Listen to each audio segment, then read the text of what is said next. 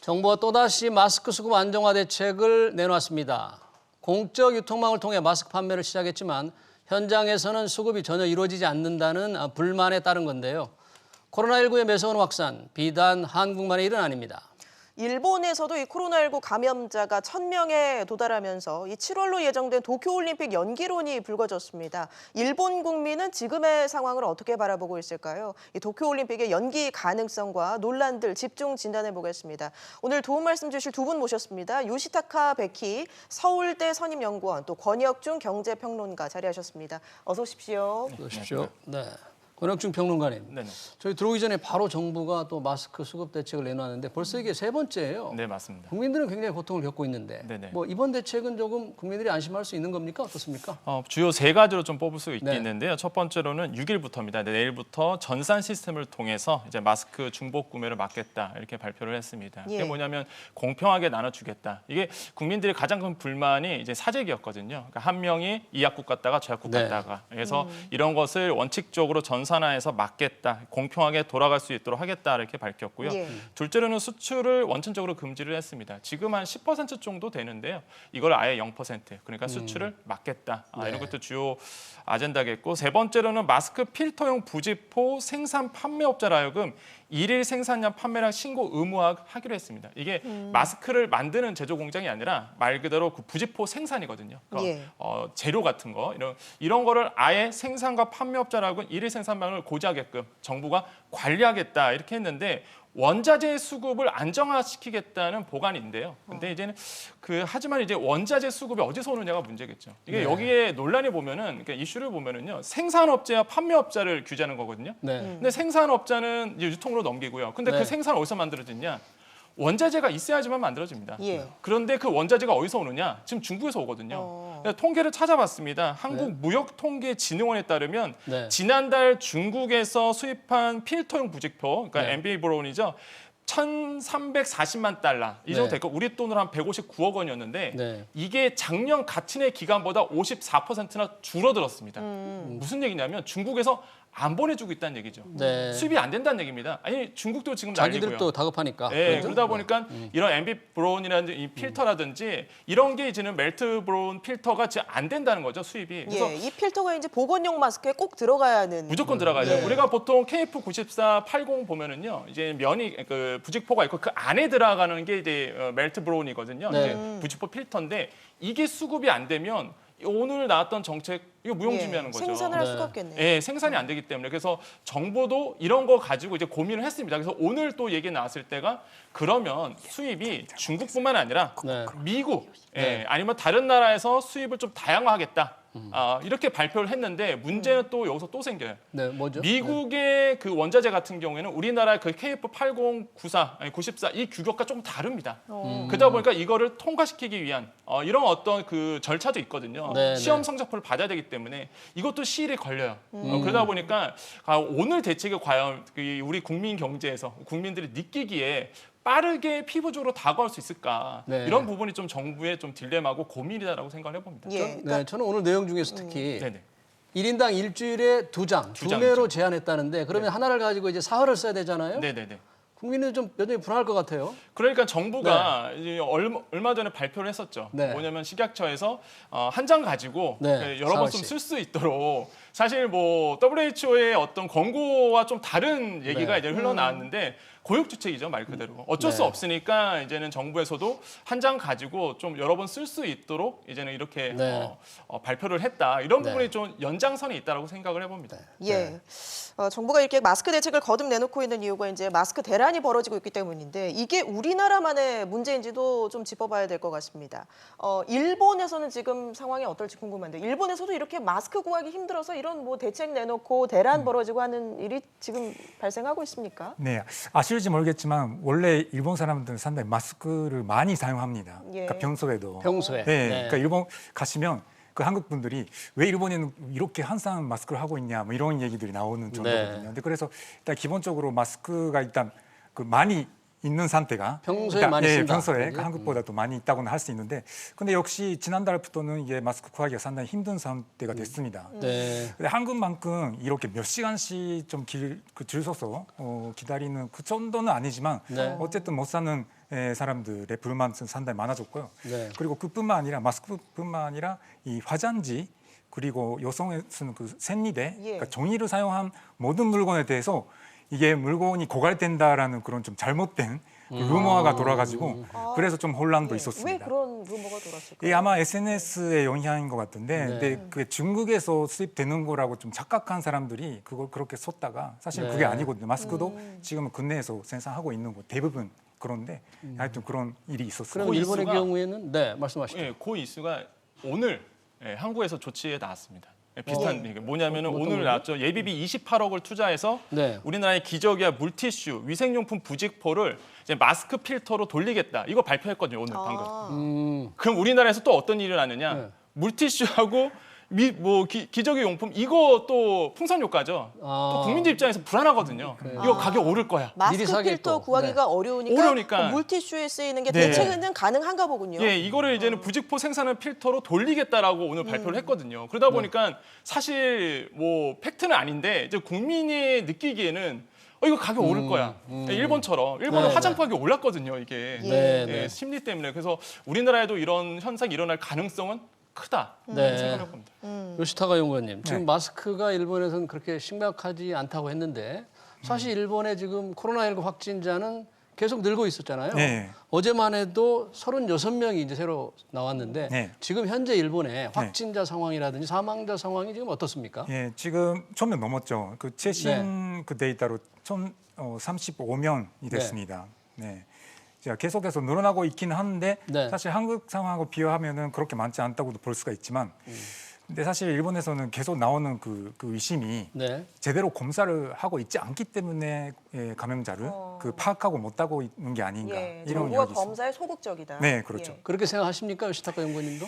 저는 사실은 그게 좀 어려운 부분이라고 생각하는 네. 게 이게 일단 저도 예전에 그 메르스 사태가 생겼을 때 그 네. 직후에 그 한국의 그 네. 그 메르스 때. 네. 네, 그 질병관리본부, 질병관리본부. 질병관리본부에서 네, 네. 어떤 식으로 그 대책을 그 했고 그리고 네. 또 그것 때문에 또 나중에 어떤 또 개선안을 네. 만들었는지 막 이런 거에 대해서 일본의 그 후세 노동성 그 관료들하고 같이 네. 그 다닌 적이 있거든요, 한국에서 국내에서. 근데 그때 봤을 때 한국은 상당히 그때 그 방송으로 시작해가지고 네. 상당히 좀 좋은 시스템을 구축했습니다. 네. 근데 그래서 검사도 지금 완전히 그러니까 의심되는 환자하고 그렇지 네. 않은 환자하고 그 구분해서 그 볼 수 있는 그런 상황을 만들어 그런 제도를 완전히 그 구축을 했는데 네. 일본에서는 그게 상당히 약합니다. 근데 그래서 지금 일본에서도 그 하루에 8,000명 정도 검사를 할 수 있다고는 하는데 이게 각각 그 집안마다 흩어져 있는 그런 그 보험소에서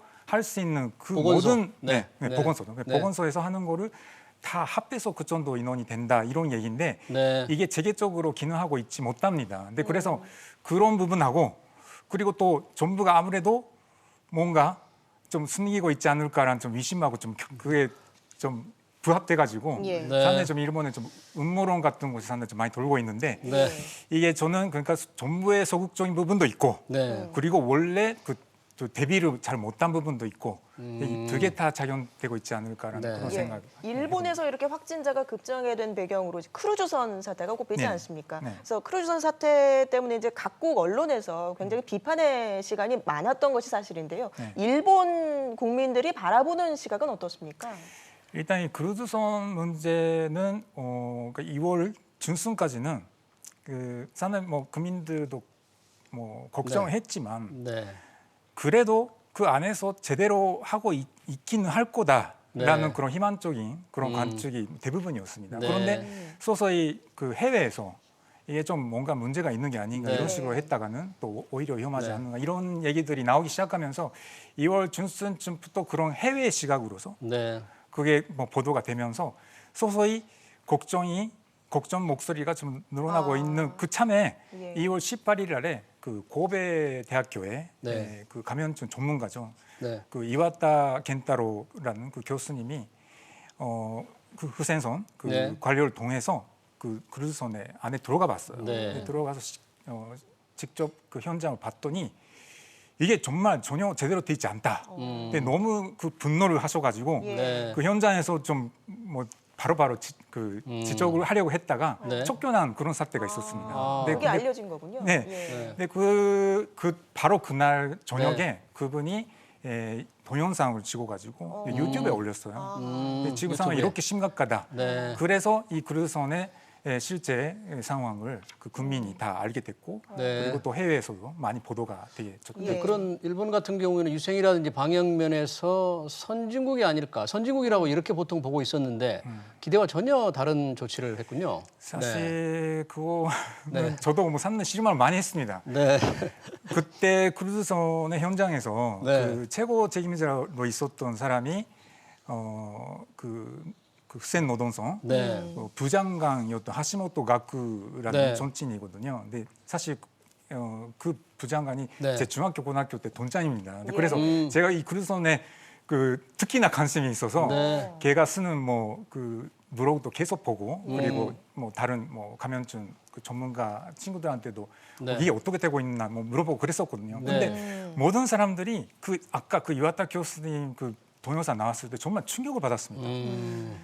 근데 게다가 그거에 또 반론하려고 네. 이 하시모토 부장관이 트위터에다가 네. 실제로는 이렇게 하고 있으니까 걱정하지 말라고 사진을 올렸어요. 근데 그 사진을 보니까 정말 심각하다는 것을 사람들이 오히려 알게 된 거죠. 그러니까 어떻게 보면은 이 최고 책임자였던 그 하시모토 부장관이 내부 고발한 셈이죠. 네. 근데 그 지적 받으면서 그 트위터 사진도 뭐 다시 지우고 막 이랬는데 네. 뭐 이제 완전히 잘못된 그 조치가 이루어지고 있었다는 것을 네. 다 예. 알게 됐다. 네. 네. 지금- 정말 충격적이었습니다.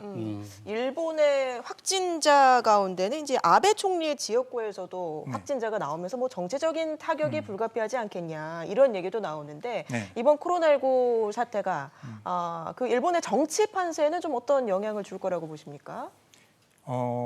아베 수상의 그 본고장이 그 시모노세키라는 데 야마구치죠? 네네. 근데 사실은 일단 그 고향에서 그 감염자가 나왔다 이런 거는 일본의 정치 구조상 네. 전혀 영향을 주지 않습니다. 아, 네, 왜냐하면은 그거는, 일본은 세습 정치인들이 많기 때문에 그런 정치인은 어떤 일이 있어도 뭐 충실한 네. 그 지지자들이 많이 있기 때문에 영향 받지는 그러니까 않습니다. 고향 지지자들이 그것 때문에 아베의 고향인 야마구치현의 시모노세키에서 발병했다고 해서 네. 등을 돌리진 않는군요. 네. 그러니까 그 얘기는 항상 그러니까 야마구치에서 이런 일이 일어났으니까 타격이 있지 않을까라는 질문을 많이 받는데 사실 네. 그건 없습니다. 그런데 지금 사실 아베 수상의 지지율은 상당히 좀 하락세에 그렇죠. 있죠. 네. 이건 아무래도 이 코로나 문제에 대한 대책이 상당히 좀 미흡하다는 것을 그 국민이 네. 심각하게 받아들이고 있는 것 같습니다. 근데 코로나 대처도 그렇지만 지금 일본 그 아베 총리의 측근과 네. 본인의 이런 여러 가지 부정부패 관련된 이런 것 때문에 이미 인기가 조금 떨어지고 있는 상황 아닙니까? 그렇죠. 네. 지금은 상당히 여러 가지 문제가 쌓인 상태라고 할 수가 있는데 네.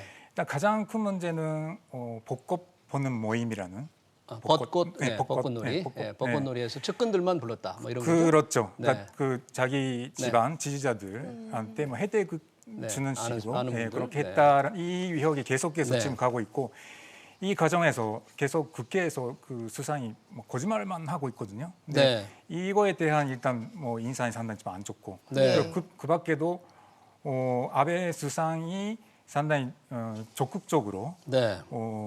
뭐 지지를 했었던 새로 선거에 나왔었던 사람들이 그러니까 선거 비리 같은 것도 계속 네. 나오고 이 상황에서 국민들이 이게 코로나의 대체를 제대로 못하는 것도 네. 이제 이게 하나의 한정된 문제가 아니라 여태까지 네. 계속 해왔던 이런 무책임한 네. 아베 정치의 문제가 아닐까라는 그런 시각이 생겼습니다. 실제 예. 그리고 일본도 네. 지금 이제 아베 총리 같은 경우에도 이제 경제 문제가 항상 또 발목을 좀 잡고 있다라고 보시면 되겠는데 네.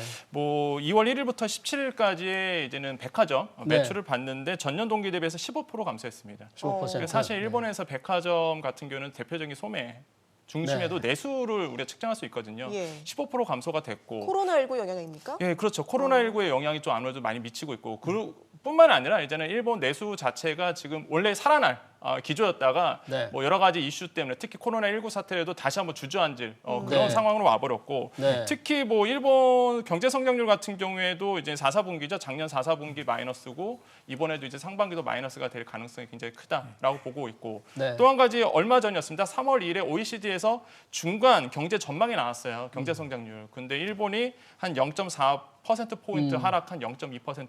이 정도. 그러니까 0% 성장은 계속 하고 있었는데 더 하락될 가능성. 그러다 보니까 지금 경제 문제가 이제 아베 총리에 대한 이슈 이런 것과 맞물려서 사실 많은 영향을 좀 미치고 있다 이런 생각을 해봅니다. 예. 코로나 일어나기 전에도 이미 네. 그 경제 성장이 상당히 좀 하락세에 들어갔고 있었거든요. 근데 네. 그 이유는 소비세를 도입해가지고 네. 예, 그 영향이 상당히 컸고, 예. 소비세가 작년 10월이죠? 예, 그렇죠. 예, 그래서 그러니까 작년 그 네.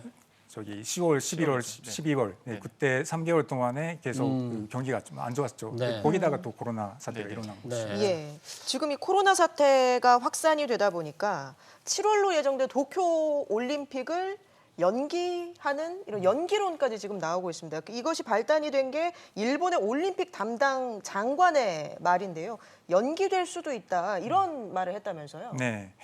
이 하시모토 세이코 장관이 네. 그렇게 처음으로 얘기를 했는데 사실 뭐 이거는 뭐 결정권이 있는 거는 사실상 IOC에 있기 때문에 네.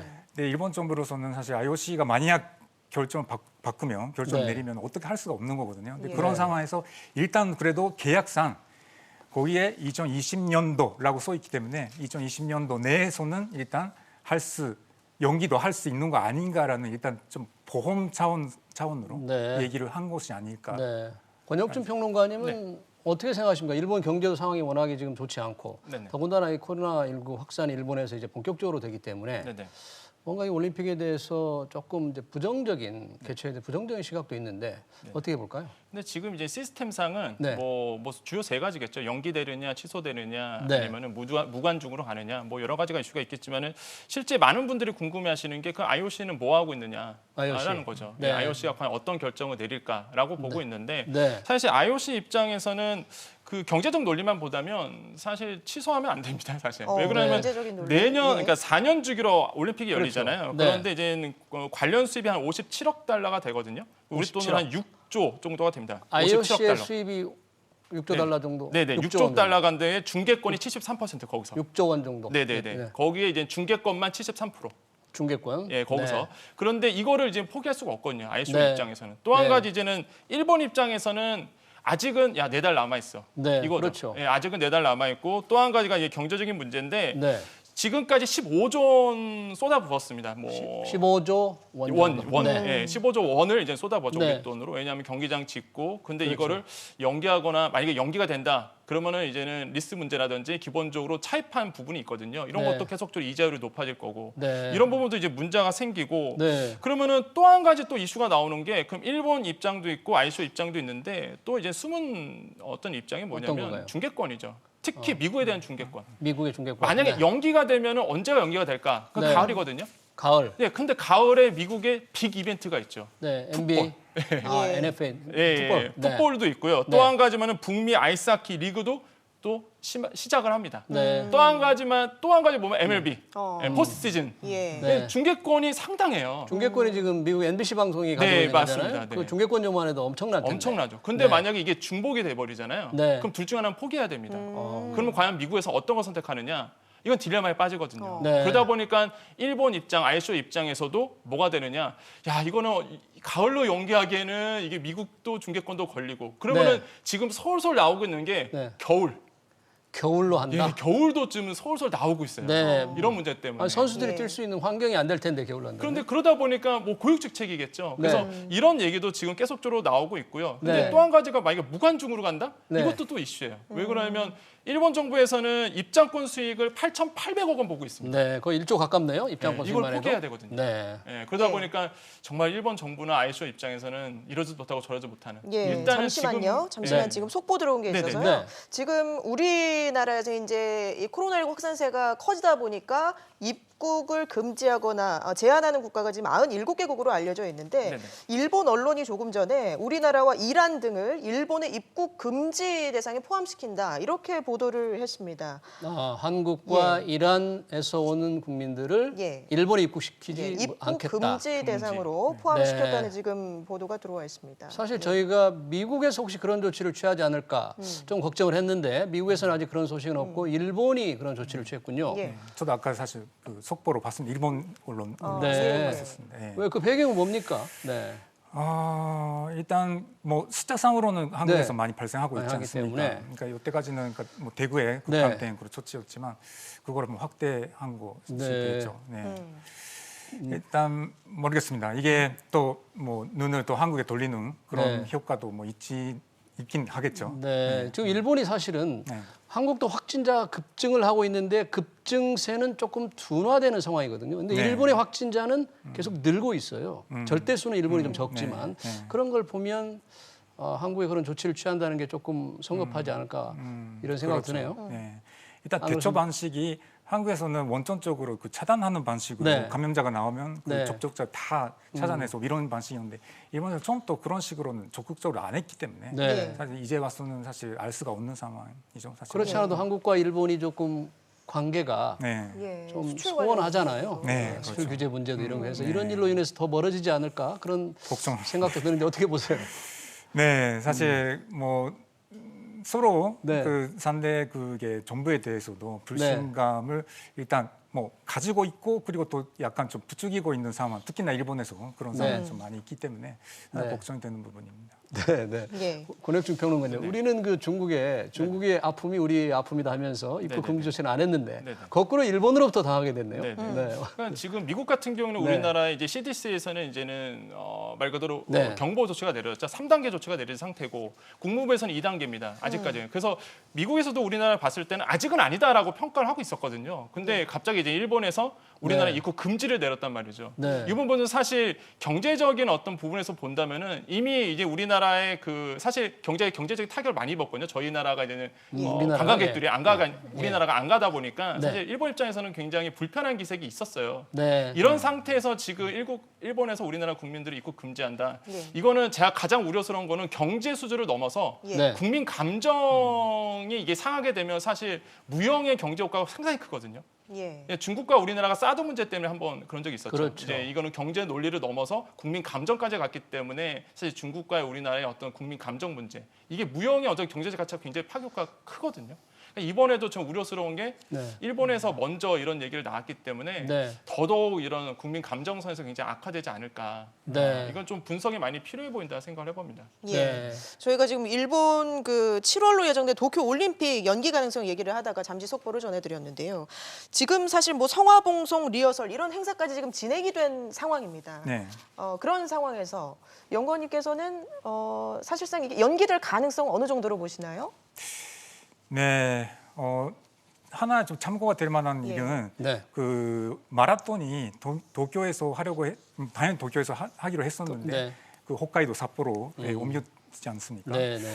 근데 그때도 정말 갑작스러웠고 네. 그리고 그것도 일본의 그 위원회보다는 완전히 그 IOC 위주로 결정이 내려졌기 때문에 사실은 이거는 일본 쪽에서도 상당히 답답할 것 같습니다. 그러니까 네. 어떻게 될지 사실 그러니까 뭐 하겠다고 마음 먹고 하려고 해도 예. 그게 통하지 않을 가능성도 있고. 네. 근데 당연히 IOC는 해야지만 되는 일이기 때문에 하려고는 하겠지만 또 문제가 심각하게 되면은 이게 또 올림픽 자체의 네. 이미지를 또 훼손할 수도 있기 때문에 예. 네. 그러니까 저는 지금 50% 정도가 절반 아닐까. 정도. 네. 그런데 그 절반 결정을 해야만 하지 않습니까? 네. 언젠가 네. 계속하겠다, 중단하겠다 또는 뭐 장소를 옮기겠다는데 그 결정 시점을 언제까지 해야만 이게 가능할까요? 일단 3월 내에 어느 네. 정도 뭐 네. 이래야 한다라는 그런 의견은 뭐 다 그 수립될 텐데 네. 근데 완전히 결정적으로 어떻게 하는지 그거는 네. 5월 달 5월 1월 달이요? 되어 있죠. 왜 5월 그러니까 달이죠? 약간 그거는 뭐 계약상 그렇게 네. 되어 있습니다. 네. 네. 알겠습니다. 그렇군요. 근데 그 세계보건기구 WHO가 지금 뭐 세계적인 대유행 팬데믹으로 지명을 하냐 안 하냐 지금 검토를 하고 있기 때문에 네. 이것에 결정적인 결정적인 이유가 될 것 같아요. 네, 그렇죠. 예. 네, WHO가 일단 이때까지는 약간 좀 낙관적인 네. 그런 좀 모습을 좀 많이 보였었는데 네. 요새는 그래도 뭐 네. 사람들을 좀 심각하게 받아들이고 있기 때문에 네, 충분히 그런 가능성이 있지 않을까 싶습니다. 권영준 평론가님. 네네. 뭐 결정을 어떻게 내려질지 모르지만 만약에 일본이 도쿄 올림픽을 취소한다. 네. 최종적으로 이렇게 결정이 된다면 네네. 아까 말씀하신 대로 일본 경제가 지금 굉장히 안 좋은 상황인데 네네. 그 피해 규모가 적지 않을 것 같다고 이렇게 보시는 거죠? 그렇죠. 이미 뭐 일본에서 연구가 됐습니다. 네. 일본의 한 연구 기관에서 발표를 했는데 네. 만약에 무산된다. 무산된다. 무산된다 할 경우에는 경제 손실이 우리 돈으로 한 28조 원. 28조 원. 예, 28조 원 정도 된다. 근데 이거는 말 그대로 무형의 가치까지 안 따진 거거든요. 만약에 무형의 가치까지 따지면은 사실 28조 원보다 더 많은 피해가 예상된다 볼 수가 있겠고. 네. 그러다 보니까 뭐 엔화로 따지자면은 2조 한 6천억 엔인데 네. 여기에 보면은 이제 관람객과 숙박, 소비 부분이 한 1조 8천억 엔. 네. 이겠고요. 네. 그다음에 방일 외국인의 소비 부분 손실이 한 8천억 엔 정도가 조사가 됐습니다. 그 정도로 사실 아베 총리 입장에서는 이번 올림픽을 통해서 대외적으로 일본의 국민 경제라든지 아니면은 말 그대로 반전은 효과를 네. 누리려고 했는데 이게 다 이제는 없어지게 된다. 이런 네. 부분에서 굉장히 우려스러운 부분이 있겠고, 근데 과연 무산이 될까? 전 그렇게 네. 보지는 않거든요. 네. 왜 아까 그러면 우리 50%로 네네네. 이렇게 봤는데 우리 네. 권영준 평론가는 몇 퍼센트 정도? 저는 IOC 입장이 굉장히 중요하다고 네. 보잖아요. IOC가 이제 권위는 있는데 IOC 같은 경우에는 네. 이제는 말 그대로 TOP라고 보통 얘기하죠. 더 네. 올림픽 파트너. 그러니까 후원사겠죠. 네. 후원사가 3개의 회사를 가지고 있습니다. 네. 지원하고 있죠. 네. 일본 회사가. 네. 그러다 보니까 과연 이렇게 막대한 영향을 끼치고 있는 일본이 이런 IOC가 과연 일본 올림픽, 그러니까 도쿄 올림픽을 무산시킬까? 제가 그렇게 보지는 않고요. 네. 그렇게 보기 때문에 이는 연기의 가능성이 굉장히 크다라고 저는 생각을 해봅니다. 연기는 예, 될 무산은 수 있을 아니고 것 같다. 네. 연기가 될 것이다라고 볼 수가 있겠고. 네, 네. 예, 그렇기 때문에 좀 볼 수 있고 취소된 사례는요 이제까지 3번 있었어요 올림픽이. 네. 있긴 언제 있었군요. 있었어요. 예. 네. 딱 3번 있었는데 다 네. 전쟁 때문에. 전쟁. 예, 전쟁 때문에. 1, 2차 전쟁 때. 네, 맞습니다. 세계대전 때. 16년도에 독일 베를린에서 열렸는데 네. 1차 세계대전이었고요. 네. 그 40년도에 일본 있었죠. 일본 올림픽이었는데 이때 이제는 중일 전쟁. 중일 전쟁이 일어나고 그것도 도쿄 올림픽이었는데 맞습니다. 이제 전쟁을 앞두고 있기 때문에 이제 일본이 할 수 없다 이렇게 된 거죠. 네, 그러다 보니까 어디로 넘어갔냐면은 이제 개최권이 핀란드로 넘어갔습니다. 아, 예. 네. 근데 핀란드마저도 2차 세계대전 터지면서 취소가 됐고. 네. 그다음에 44년도에 영국에서 있었는데 이것도 2차 네. 세계대전 때문에 취소가 됐죠. 그래서 3번 있는데 질병으로 취소된 사례가 아직까지 없어요. 네. 예, 그래서 영향을 미쳤으나 취소된 사례가 없기 때문에 과연 글쎄요, 이 코로나19로 인해서 과연 올림픽이 취소된다, 무산된다? 전 그렇게 보지는 않고요. 근데 예, 3번 이렇게 하계 올림픽으로 3번이 취소가 됐는데 사실 2016년에 네네. 브라질의 그 리오 올림픽에서 네네. 지카 바이러스가 굉장히 창궐을 맞습니다. 했잖아요. 그래서 취소, 연기 뭐 이런 얘기가 있었는데 네네. 당시에는 그래도 이제 극복을 해서 치러진 거예요. 네. 그러니까 비하인드 스토리가 네. 뭐냐면 이제 IOC는 누구한테 미루냐면 WHO한테 미룹니다. WHO 미루고 예, 그러니까 그때도 그랬어요. 결정해달라. 예, 네. 브라질 올림픽 때도 이제는 네. IOC가 WHO의 판단이 나왔기 때문에 그거를 근거로 해서 개최 결정을 내렸거든요. 네, 그러니까 이번에도 똑같습니다. 지금 IOC 입장에서는 WHO의 입장을 존중하겠다. 네. 근데 또 WHO는 일본 당국의 조치를 존중하겠다. 네. 이런 식으로 계속 나오고 있죠. 그러다 보니까 이런 것만 봐도 제가 예. 봐도 무산은 안 된다라는 게 이제는 논리상 맞는 것 같다. 앞서 네. 그 도쿄 올림픽 뭐 후원사들 뭐 잠깐 저희가 네네네네. 화면을 그래픽을 통해서 보기도 했는데 네. 지금 그 관련된 기업들은 굉장히 촉각을 곤두세우고 있겠어요. 그럼요. 예, 왜냐하면 파트너 사겠고요. 무엇보다 이제는 그 올림픽을 통해서 갖는 광고 수익이 네. 어마어마하거든요. 네. 그래서 지금 세계에서 보면 중국 쪽에서 어떤 얘기가 나오냐면 알리바바잖아요. 또 후원사가. 스폰서들이죠. 네, 되게? 스폰서들이죠. 네. 알리바바를 움직여서 이거에 대해서 도쿄올림픽을 연기시켜야 된다. 이런 얘기도 나와요. 왜 그런가요, 그건? 네. 워낙 이런 후원사들이 갖고 있는 영향이 크거든요. 네. 광고주기 때문에 사실 이거에 대한 좌우지할 수 있는 어느 정도 압력을 네. 줄 수 있는 능력이 있습니다. 네, 그러다 네. 보니까 광고주의 역할, 후원사의 역할, 파트너의 역할이 있기 때문에 이런 이슈들이 계속적으로 흘러나오고 있다라고 볼 수 있겠고, 근데 WHO 또 문제가 있죠. WHO 같은 경우에는 사실 중국의 영향이 굉장히 큽니다. WHO는 중국의 영향이 크고 IOC는 IOC는 일본의 영향이 일본의 좀 영향이 크고. 예. 네. 근데 그런 거죠. WHO는 중국 같은 영향이 큰 이유가 예. 일단은 사무총장 자체가 네. 중국의 후원을 받고 있죠. 네. 에티오피아 보건부 네. 장관 출신인데 에티오피아 아시겠지만 중국의 자본이 많이 들어갔거든요. 네. 그래서 실제 이런 영향도 미치고 있다 생각을 해볼 수 있습니다. 네. 지금 상당히 그 기업들의 여러 가지 문제, 후원 스폰서 문제도 예. 굉장히 있는데 실제 일본 국민들은 그러면 어떤 뭐 조사 결과 같은 게 있습니까? 어떻게 해야 된다, 어떻게 해야 된다, 뭐 연기해야 된다 이런 혹시 그런 거 없습니까? 설문조사 같은 거? 자, 이게 올림픽 하기 전에는 네. 그러니까 하기로 결정되기 전에는 네. 올림픽을 안 하는 게 낫지 않을까 이런 뭐 여론도 뭐 소개가 되고 막 이랬는데 네. 일단 이게 한번 하게 됐기 때문에 네. 그 다음부터는 사실 이론을 내기가 좀 힘든 상황이 좀 되죠. 네.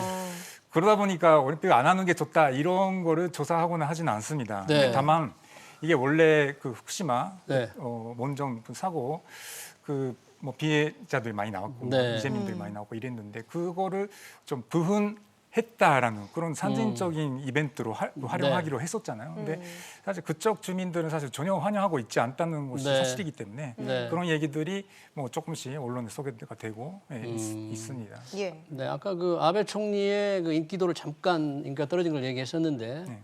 이런 큰 스포츠 행사라는 게 잘 활용하면 네. 정치적 자산이 될 수가 있잖아요. 엄청나죠. 근데 아베 네. 총리들 기대하고 있었을 텐데 네. 그 자민당에서 지금 굉장히 긴장하고 있겠어요. 네. 네. 이게 사실 사람들의 기억이라는 게 정말 재미있는 게 네. 그 지난번에 그 60년대 했었던 도쿄 올림픽 때도 네. 사실은 그 개최 직전까지는 네. 반대하는 목소리가 더 많았다고 합니다. 여론조사에서. 반대 목소리가? 네. 네. 그리고 뭐 그 해에 네. 하는 이벤트 중에 가장 중요한 게 뭐냐 했을 네. 때 올림픽을 뽑은 사람이 한 4% 정도밖에 안 됐다고 하더라고요. 아, 근데 그래요? 그런데 한번 시작하니까 그거는 사실 한국에서 있었던 그 저기 올림픽 그 동계 올림픽 네. 또 마찬가지였던 것 같은데 실제로 개최되면 네. 그건 상당히 좀 국민들을 운집시키는 그런 힘이 예. 되기 때문에 반드시 그러니까 정권으로서는 하고 싶다고 생각하고 또 있습니다. 경제적으로 권역중 평등화 이런 게 올림픽을 잘 치르고 나면 대외적인 이미지도 올라가지만 경제적으로 한 단계 이렇게 올라가는 그런 계기도 되는 거죠. 그렇죠. 근데 네. 이게 올림픽 경제학에서 관심들 많이 있을 텐데 예. 보통 우리가 봤을 때 88년도 그러니까 서울 올림픽 이전에는 올림픽을 개최하면 수익성이 좋다 이런 네. 평가했는데 사실 88년 서울 올림픽 이후부터는 네. 올림픽을 개최하면 이제 적자가 날 가능성이 커 적자. 이런 분위기로 좀 많이 바뀌었습니다. 근데 네. 이거는 산술적인 평가고요. 네. 아까도 우리 연구원님께서 말씀하신 것처럼 보이지 않는 가치가 있거든요. 뭐 자긍심이라든지 네. 국민 감정이라든지 똘똘 뭉치게 하는 정치적인 힘 네. 이런 것까지 우리가 생각해 본다면 올림픽이야말로 정말 그 나라의 빅 이벤트고 네. 그다음에 자긍심을 불돋아 일으키는 대표적인 어떤 행사라고 볼 수 있기 때문에 네. 사실 뭐 경제적 효과로 따지기에는 굉장히 어렵다. 하지만은 한 나라의 정부 입장보다는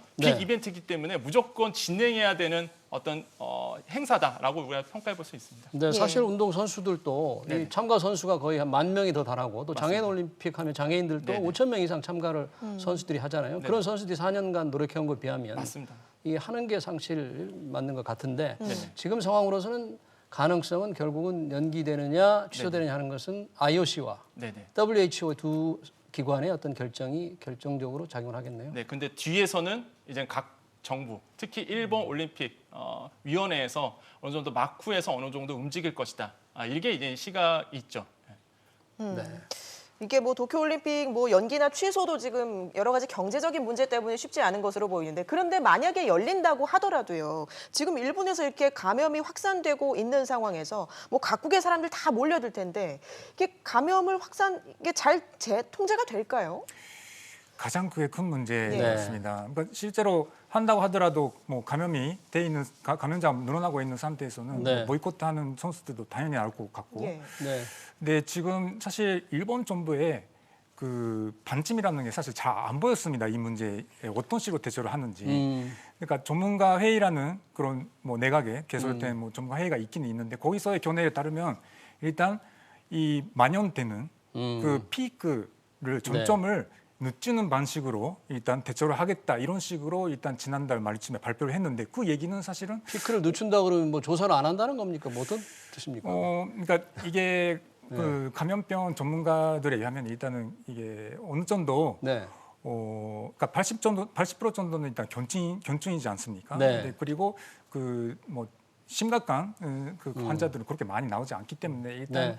증상이 두드러지게 좀 심각한 경우를 그 집중적으로 그 치료하는 방식으로 하다가 네. 점점 그러니까 걸렸다가 나아지는 사람들이 많아지면 네. 그 사람들이 어떤 하나의 방패처럼 역할을 해가지고 그 사회 전반적인 그 감염 속도가 좀 느려진다 이런 느려진다. 이론이 있기는 있는데 네. 사실 그 얘기는 늦어지기는 하지만 뭐 만연되는 것이기 때문에 네.